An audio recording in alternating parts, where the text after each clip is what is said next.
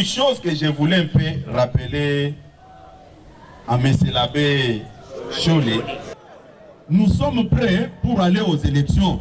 Mais en 2018, ça fait partie de notre histoire. Qu'on cesse de montrer à l'opinion que oh non, non, non. Nous sommes prêts pour les élections s'il y en aura en 2023. S'il y en aura en 2023.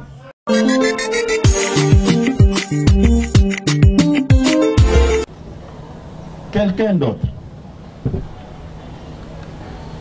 Je vous dis, avant de parler de quelqu'un, il faut mener des enquêtes pour les connaître.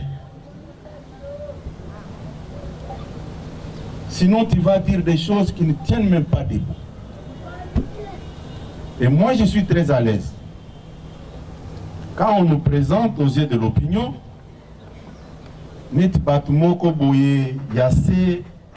moi je dis gloire à Dieu. Pour manifester sa gloire. C'est très important que je vous parle comme ça. Ceux qui te limitent compte dans l'histoire, Koyeba Nana Salimini, peut-être Moutoumso a commis mon que j'avais mal parlé. Si vous voulez faire la politique, on vous attend à bras ouverts pour faire la politique avec nous. J'ai suivi un monsieur qui parlait sur une chaîne de la place, qui dit, je le connais très bien, c'est quelqu'un qui vivait dans la pauvreté extrême. Moi j'ai dit gloire à Dieu, mais Dieu m'a élevé. Mais j'ai dit à ce monsieur, peut-être il ne me connaît pas. Non, j'ai dit il ne me connaît pas. C'est un journaliste. Azomi Boakaba Flair, Kaza journaliste. Laurent Batoumona n'est pas mort. Je cite son nom. Azana Babato en a fleuve, Eza comme ma babilo que Kende Kasai. A Kende Kotounaye, aïe, c'est ce que je faisais avec lui comme affaire. On doit apprendre à respecter les gens. Et deuxième chose, s'il maîtrise bien Kinshasa, Akende Inde sur Kasavubu, Inzia 24, à côté de l'Opangouana, Balaksaye, Ndaku O Nabandeko Foutel en 1991. Ce n'était pas la maison de mon père ou bien de mon grand frère. J'étais locataire, c'est là-bas. Il va apprendre à me respecter. Ce n'est pas de cette manière qu'on doit faire le travail du journalisme, non. Je ne pouvais pas parler de ça, mais je me vois obligé de parler comme ça. Nayoki Toyokananan Malam, s'il vous plaît. Éducation dans une parents n'engagea qu'au fin de mon touté. Dans le lobby, ce que j'ai vu mon touté, Koko dans la vie privée n'a été. Et là, on est les bandeaux les cas. On a bandeaux vivre la clandestinité pour éviter les tracasseries. Il y a pas service. Puisque j'étais de l'opposition, c'est clair comme ça. Non, dans le lobby, na bandaki ko vivre ndenge wana puisque nazaki na opposition na boyaki ba de tetenga baye ba qu'est-ce que j'ai fait. Les mêmes messieurs, s'il veut connaître, qu'il aille sur avenue Bobozo 7 bis à Mongafoula, non loin de Macadam, j'ai une parcelle là-bas que j'ai acheté en 2005, encore étudiant. On doit apprendre à se respecter. Ce n'est pas l'héritage de mon père ou de mon grand frère, je l'ai dit. Tout ça, l'effort, il y a pour se respecter. C'est très important. Natikala kokota na vie privée à Moutouté. Mais ça cesse d'être la politique. Kofinga. Mengana kofingate. Naza kopesa ba preuve ya kolakisa que je ne sors pas du néant. J'ai un parcours. Peut-être trop bat mususu babandai convier. Déjà, mutu nyonso tozekine na ide pesa ayebi yango bien. Quand j'ai acheté cette voiture, peut-être lui vivait encore chez ses parents. Tala plaque wana eza asikate eza plaque ya kala. Non, on doit apprendre à se respecter. Ngai na ko attaquer bangote. Je vais régler des comptes na ba chef na bango. Nous ne pouvons pas faire de l'hypocrisie que nous sommes dans l'union sacrée et tenir des réunions nocturnes, payer des gens, aller attaquer Tshisekedi. Non, ça je ne laisserai jamais passer une telle bêtise. Comme je sais que quand elle parle, il est de telle obédience. Ngana ko tout noter. Naza ko tirer kaka sur mutoyo atinda ki owana. Comme ça, oye ba bien que na stain batian. IDPS viva. IDPS viva. Je pense que Bamousous Bakoloba, oh, comment CG Lelo Azaki très direct. Non. Il fallait clarifier Bamakam Moussous. C'est très important. Puis Nenge Tozo Koutanaboye, au cause à l'osa pour sous-estimer Moutou. Voyez bien. Si matinée Nabiso à Lelo, Tobande Wandengwana, puisque na monaki qu'il y avait excès de zèle. Bon, Naza déjà préparé. Na kotika la kotina mutute ke kendolo belanga. Puisque na yoka ki batu balobio kolobate, tika bisoto kende koloba oza secrétaire général. Na ebisaki bango boye. Ngai na ebi comment komi lo belanga moko. Na komi lo belanga moko. J'ai une histoire dans ce parti. Naza mutumoko baramase kaka ndenge wana te. Je dis bien que j'ai une histoire dans ces parties. Na yo kaka na tanga ka mingi na ba réseaux sociaux wana. Nyonso komamaka. Kofinga nyonso na yo kaka. Mais toko banda ko répondre makamu nyonso. Tokani malamu. Tokani malamu. Soki biso toza koloba makambo oyo nayebi que communication à la fois passée et dérangeait qui va te belé et dérangeait qui bango plus bayoka que na toucha qui va mettre na bango, mais ils ont voulu utiliser ce qu'on appelle la stratégie communicationnelle pour dénaturer une phrase ba memba batu na jewana na zonge na lobby jour wana toloba ki makambo ya ko sanctionner ministre à mon côté. D'ailleurs, ces jours-là, j'étais en train de féliciter les ministres et certains noms, et c'est ça qui c'est comme ça qu'il y a eu des protestations. Mais ceux qui ont sanctionné les ministres, comment bino protester qui combo anate? Vous voyez maintenant que même ceux qui ont coco, il faut être intelligent pour ne pas tomber dans la médiocrité. Bon. Point oyo tokolo balelo eza point oyo esali ba makele lebele. Au sujet il y a déclaration bande konabiso basango basalaki au sujet il y a élection en 2023.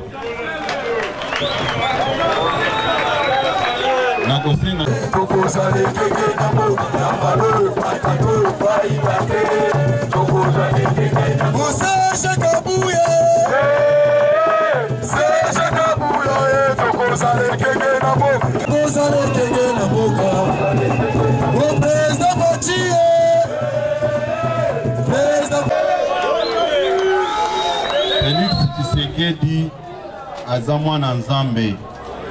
Nzambe nde atie Félix place wana. Batu bako ko sala ba réunion na bango, bako ko monter na bango ba stratégie, mais la main de Dieu est sur le chef de l'État. Tout ce que les gens peuvent penser, Batu bakota même nakati na biswa pour dresser la base de l'IDPS contre les chefs de l'État. Ça n'a pas marché. Tokobo ya été tozaka kanaye. Même tozu misalate tozaka kanaye. Toyo kanamalamu. Nous n'allons pas rejeter Félix Tshisekedi pour un intérêt quelconque. Tokani malamu. Va revoir ba calcul na bango ndenge mususu tokani. Bazako passer ta na bango pamba. Nayebi, ils vont revenir pour dire quoi? Est-ce qu'il y a Moutalobaki OT que non, ba ministre bazo collaborer na biso ba kozongate. Ils vont parler de ça puisque na lobaka yango. Tokani malam. Mais naza koloba matinée oyo eutaki koleka. Matinée wana to mando kumisa ba ministre na biso et dire que IDPS atindaki ministre waza compétente, c'est cracher même si la mémoire ya bat na biso nyonso bakufa. IDPS atindaki ba ministre incompétente. Il y a eu des problèmes au biso toyebi. Quand nous sommes arrivés au pouvoir, contexte na biso est différent. Na ba pouvoir nyonso elekaki. Nous sommes arrivés au pouvoir le 24 janvier 2019. Le premier gouvernement de Félix Tshisekedi est mis en place au mois de septembre. Du mois de janvier jusqu'au mois de septembre, c'était toujours le régime passé qui expédiait les affaires courantes. 3 mois seulement du gouvernement Tshisekedi. Tokoti en 2020, 1 mois après, 2 mois après, Covid et Koti. Vous connaissez tous la situation économique mondiale. Il faut un détraqué mental pour ne pas comprendre cet aspect-là. Puisqu'on doit expliquer aux gens, ne faut plus tromper les gens que non, nous sommes arrivés au pouvoir dans un contexte normal. Toye le long gouvernement Koti en place et Bandi Moussala. Ce n'est pas ça, ce n'est pas vrai. Ce n'est pas vrai. Quand nous sommes nini pour natanga ki ba réalisation ya chef de l'État avec succès. Yangonde pesa ki insomnie, il faut maintenant passer dans tous les médias pour critiquer ça et donner une autre vision. Mais moi aussi, je ne dois pas me tranquilliser chaque fois quand on tire sur la personne du chef de l'État. On ne l'aide pas. Puis ce que vous avez aidé, il y a la manière que tu peux parler avec quelqu'un. Tu vois quand malam? Bon. Mardi, bande konabiso basango, basalaki déclaration na bango. Non, s'il vous plaît, toyoka na malam. Mais namonaki ba déclaration ebele salemaki nango. Dimanche tozalaki ao. Basango baende ko rejoindre biso puisque bato tozalaki na bango dimanche ao na siège. Tant on a convoqué qui bande ko fédération ya Tchangu avec toute la base tozalaki na bango moi réunion moko ya causerie morale pour na ko préparer Batu na 2023.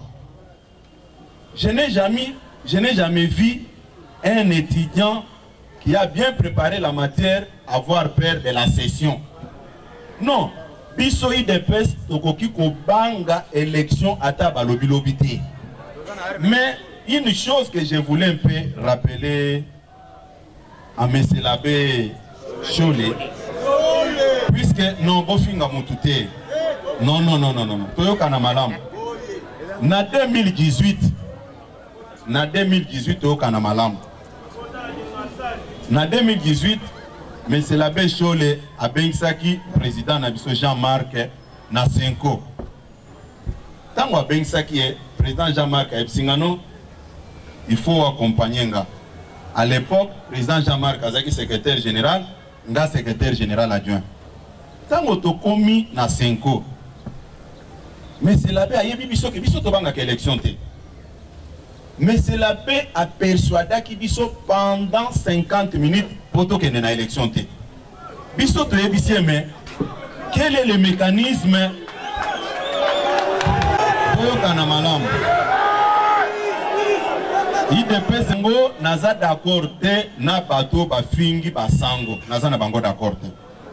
Puisque biso nde tokende ki koyebisa ba sango ke l'unique voie pour se débarrasser des régimes actuels, c'est aller aux élections. C'est-à-dire, ndenge monsieur l'abbé Bazawana, baebi ke biso tozalaka prêt pour les élections. Ça ne sert à rien. Nayoka ki baza ko s'en prendre na basango, non. Eza rôle na bango ba jouer ya koyebisa biso, makambo eza na mutu na biso. Pour preuve, na sali réunion dimanche. Ceux qui bazaki na ba émissaire ba ke koyebisa wanke non, kabu ya bengi batukuna balobi makambo élection. Bango ba emboîter le pas, c'est-à-dire nous n'avons pas de leçons à recevoir puisque nous en avons à élection en 2023 s'il y en aura. Ok?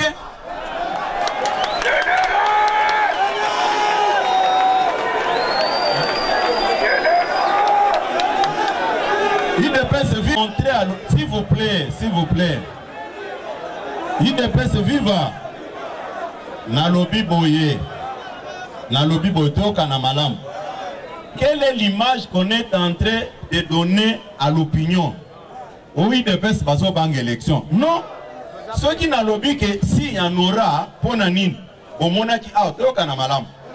Tant au Covid, il y a qui out. Si et frappé mon de Mobimba.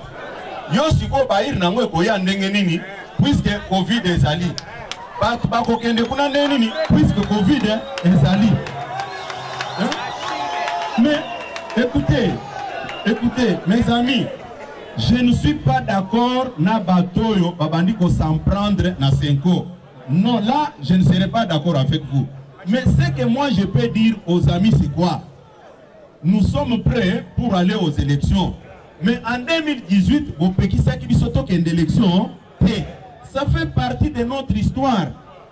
Gama kamwana na yoka ki bat, on pona nini balobi bo, yo linga baloba ndenge nini. Non, baloba kaka ndenge balobi wana. Tango balobaki, moi j'étais très content. Ah, ils viennent de me rejoindre puisque na lobeli makambo élection les dimanches, bango mardi, balobeli yango. Vous comprenez un peu? Ça ne sert à rien. Bola kisana mokili kono, IDPS ba komi ko banga et tout le banam. IDPS est parti à mallette te. Biso na lobby boye. Ce n'est pas pour rien. Na pesi calendrier oyo na kosala ba tourner na ba fédération nyos. Le mois de mars ici, je commence par Kinshasa. Na lobaki dimanche oyo tozana funa.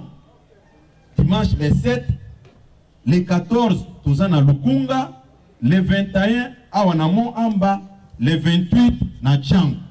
Après Tchangu, tobandi ba province. Mais écoutez mes amis, moi je ne suis pas imbécile.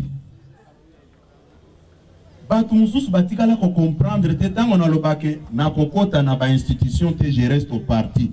Le moment est venu au tokolaksa na ba makasi wana. Oui, puisque nazoka batu na ndenge baza ko présenter makambo élection, c'est comme si nous l'IDPS nous avons peur des élections. Mais en dehors des élections, toko conserver pouvoir en par quel mécanisme? Bato baza kokota basamba koluka manduki ne bakoki ko bang élection. Qu'on cesse de montrer à l'opinion que oh non, bato IDPS baza non. Nous sommes prêts pour les élections s'il y en aura en 2023. Si Dieu nous garde, nous irons tous aux élections.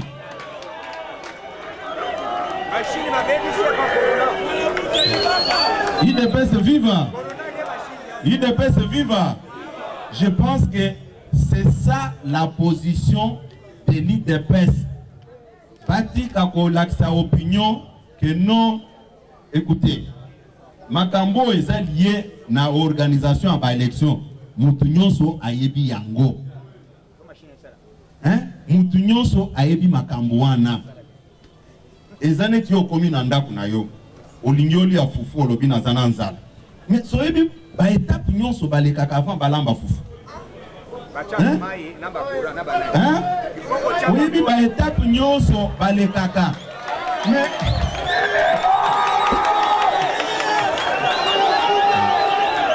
IDPS viva.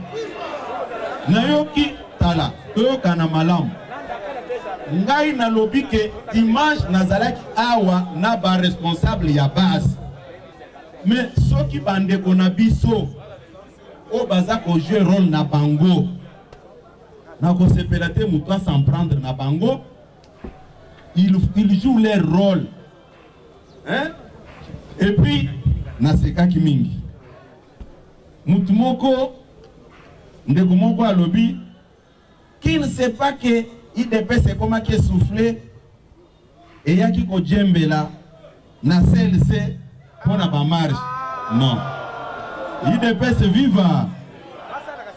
Ngai na lobaka boy. Na prenaka makambo na ba journaux te. Ba makambo na ko apprendre na ba journaux soit o eleki na bamboka mipaya.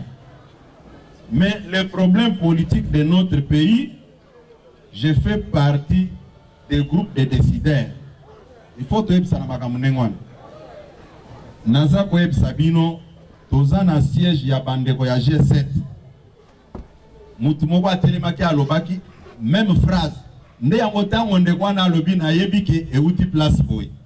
Alobi nini? Nous sommes fatigués, il faut reconnaître que c'est celle-ci maintenant qui a pris le devant. Mbalamoko ndeko na biso président na biso a parti à l'époque azaki secrétaire général ndeko Jean-Marc a télémi a sengi parole à lobby. Si vous êtes fatigué, nous l'IDPS nous sommes pas fatigués. Nde azongiawa a lobby makambo 50-50. Et puis tant que le makambo 50-50, au potala bat ndenge bazaka toujours na ba réaction épidermique. Donc, toujours dans les mêmes habitudes, va mobiliser les mêmes personnes. Va fingan de ko Jean-Marc net bazaki na compétition. Oya ko finga boye, oya ko finga boye. Ngana kei na kutani na ndeko Jean-Marc na ebisie monsieur le secrétaire général. Ezayote mutu ba fingi. Ezayi de pes mobimbande ba fingi. À dater de ce jour, basa la biloko na bango bisoto kendete. Vous connaissez tous la suite, hein? Ah, vous connaissez tous la suite. L'orgueil précède toujours la chute. Biso tolobaki ke cadre baza ko offrir biso eza bien tout ça la boulot na biso. Mais tango ekomaki ke ono bino boza ko exister te et tolobaki non. Ah ba comment ma biso na nzela musufu. Nde yango nazo senga bino à partir de maintenant. Bino, vous s'en prendre te. Bolo bakebiso toza déjà prêt à Makambouana. Étudiant Oyo a préparé matière nae à koki kobanga session te. Mais bon, on a gâté que balobi que rentrée académique est en date boy. Baye koloba ono pour telle ou telle raison rentrée académique est renvoyé à une telle date. Mais Corona frappé. IDPS viva. IDPS viva. Na ebisi bino ke même na banda kuna biso. Na zozo par exemple moko élémentaire. Olobi mama nazana nzala lambelanga fufu. Mais bakotia fufu mbala moko na mesa te. Ba mama ndenge bavanda ba ebi ba étape nyonso ndenge tokendeke.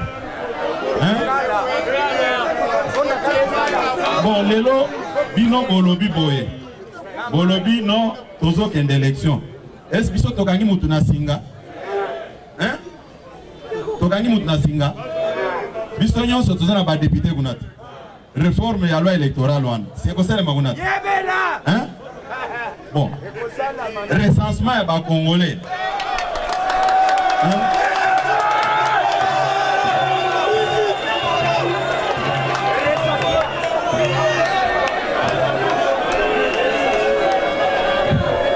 IDPS viva. Babilo Kongo, batu mususu bazolo banini. Ye avant dakaka na ba matinée, à Kinshasa te. Non, non, il n'y a que les insensés au Batikala Koé Bateke, ba frontière nyonso ezaki à Kokanga. Il n'y a que le secrétaire général qui pouvait défier les pouvoirs, même pendant Covid, est-ce que réellement tout ça sérieux? Tosali a aussi 6 mois mobimba a vu en temps réseau qui t'a waté. Dernièrement, Makamolinge bougé, Bakangi le sous balobi, Tolingi comme on a batouté. Mais yo zo ya olobini, Kabu ya bomi parti, Abimakate, papa. Bon, Olingina kende wapi puisque Bokangi frontière nyonso ke batuba bimate. Navandaki na bureau kuna nazo sala ba calcul nanga. Puisque auto sala ba biloko nyonso, il faut avoir les moyens financiers. Na lobby ba moto bozo mono. Ba moto oy. Ezana ba fédération mususu. On a fédération, aucune sous-section, aux a distance à 400 km. Comment est-ce que le président fédéral à Kokendesi n'a pas un moyen de transport? Il y a un moment où sombi ma moto pour faciliter le montage. Nous avons au moins 67 fédérations. Ceux qui ont 4 à Kinshasa, nous restons avec 63 fédérations où ils en ont à l'intérieur. Mais la fédération, nous sommes oui, na outil web sabino que ce que l'équipe de Kambouté, tout n'a pas expliqué yo. Tout n'a pas expliqué yo. Toujours l'ingato réunir ma coquipon au Kosan. On n'a pas nani les bazo kendete. Vous imaginez, moi je suis secrétaire général. Dans mon nazo salle de déplacement, nazo kendena intérieur. Est-ce nako kendena délégation avec des personnes? Mais ceux qui bazamouké comme secrétaire général avec mes collaborateurs, les adjoints, les secrétaires nationaux, tout cause à une délégation au minimum même 15 personnes. Bon,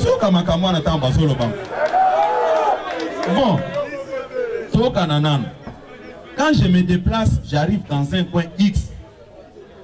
Nous sommes même partis au pouvoir. Mais il y aura des cas sociaux, il y a Bato Bakoya ou non, CG, bon. Tu arrives comme ça, Bato Bayelio, Bayebi, que Yoza Mokonda Bango, Ye, au Komi Kobeta Monop. Est-ce que c'est sérieux ça? Mais, mieux vaut pour réfléchir, aucun déplace one. Mais mingi nazotang, oh Kabu Yazo Benga Batna Matine wana, et l'autre Ezate Abima Kinshasa te. Nakobimisa projet budgétaire ya ba dépenses et ko salima yo yaka ko pesa bango na tokenema.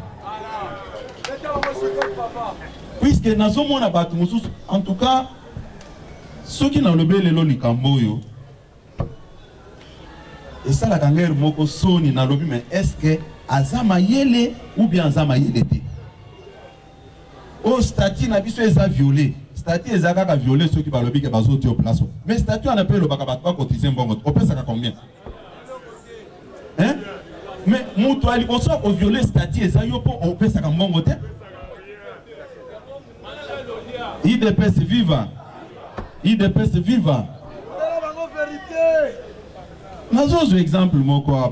Au visibilité pas drapeau tous au monaté. Mais drapeau n'a ce son bakango. Drapeau mon côté son bakango $15. Meilleure qualité à drapeau c'est $15. Hein? Pas drapeau. Drapeau qualité, non. $15 na ba drapeau. Oh, te, moussousouane ya mounene. Bon, baye nangoate. Bon, drapeau, c'est $15 le prix.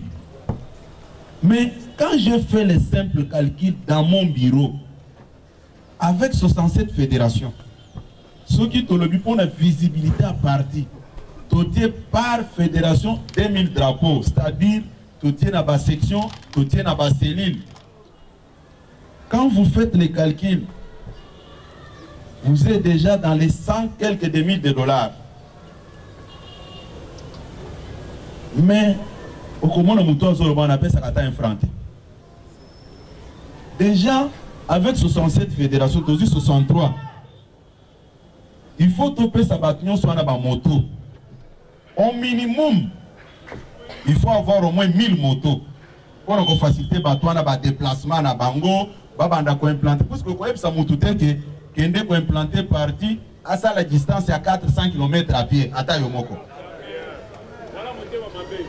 Hein? Mais ceux qui ont 1000 motos, fois $1000 le prix unitaire, c'est déjà $1 million. Mais pourquoi comme on là-bas? Oh non, parce qu'il était. Non, nous ne pouvons pas parler de ça sur la place publique comme ça. Si je le fais, c'est pour recadrer tous les inconscients au Soga Sambeli vers Naï à l'Otoko, à vendre avec quelques mégas, à l'Obik à Zokoma, à Zopé Sabiso, les sons Mokoboé. Hein? Il dépêche de vivre. Nous ne sommes pas là pour blaguer. Nous sommes le secrétaire général ou bien cadre à partir au commune en coin boy. Il y a pas que les combattants là. Il faut réfléchir comment pour résoudre quelques petits problèmes sociaux batouana bazanango. Yango toujours les mêmes bazako topé sa matière na bao bazako sakana mokonzambo. Toujours nous.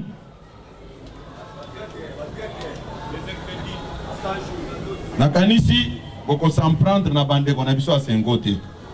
Nakanisi bango basali musala na bango biso pe tozo salo ya biso tokani secrétaire général. C'est ça la meilleure position du parti. Tokani madame. Voilà. Rapport à nouveau bureau ya Sénat. IDPS viva. Sénat on a pour nous voter bureau. Il faut à la sénateur. Et ça peut être. Mutumo wa tunakinga mutuna. Na yebisa ki eboy ngai naza sénateur naza député mais na apprendre que ba sénateur va voter bureau na bango mais problème na ngani ni place wa IDPS viva na kanisi to sololi ba makambo ebele aw mais tozo koma na étape mususu eza ya ba remise ya ba moto oyo parti et sombi yango pour résoudre le problème de transport na deux fédérations. Na deux fédérations, na kobenga ba représentant ya ba fédération wana baleka awa ebele balobaka ono parti est mal géré, parti est mal géré. Nasekaka bango mingi na lobi me biloko nyonso bozolo bwana soki ezali ke baza ko renfermer biso na bandako mutuna mutu approuver méthode na yo ba drapeau yo yakao président fédéral yakao meta matao bamona yo oyo aza représentant ya IDPS na Lualaba bobetele maboko makasi. Nazo pesa ye 3 motos pour que ne n'angwe pas na ye.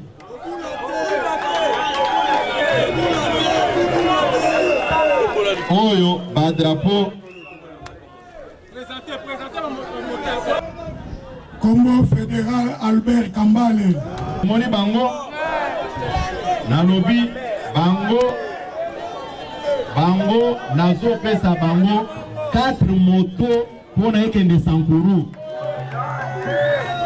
Bon, le corps là, dans un mois de la femme, fédéral Bolo, le papier Combo, Yozababa, le bagate. Secrétaire général, Combo Nangai, maître Loa Kalokonia Nelson. Combo l'ami, maître Lohaka Lokonia Nelson. Dimileko, assistant, secrétaire général adjoint. Daniel Assel Ogitoankoy.